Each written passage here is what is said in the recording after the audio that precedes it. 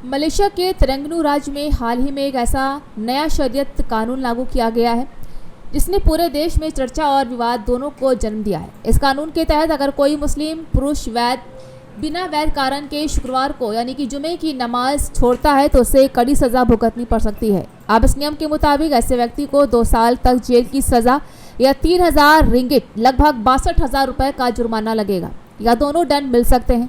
ये दंड पहले के मुकाबले ही कहीं ज़्यादा सख्त है क्योंकि पहले केवल 3 लगातार जुमा नमाज छोड़ने पर कार्रवाई होती थी जिसमें अधिकतम 6 महीने की जेल या 1000 रिंगिट का जुर्माना लगता था।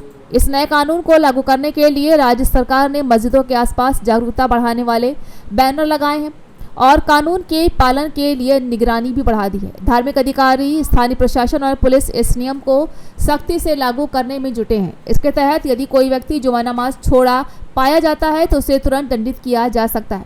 हालांकि इस फैसले को लेकर लोगों के बीच मतभेद भी नजर आ रहे हैं। कुछ लोग इसे धार्मिक अनुशासन बनाए रखने के लिए आवश्यक कदम मानते हैं ताकि मुस्लिम समाज के लोग अपनी धार्मिक जिम्मेदारियों को ठीक से निभाएं। वहीं कई वकील, मानवाधिकार संगठन और धर्म विशेषज्ञ इस कानून की आलोचना कर रहे हैं और इसे धार्मिक स्वतंत्रता के अधिकार के खिलाफ बता रहे हैं।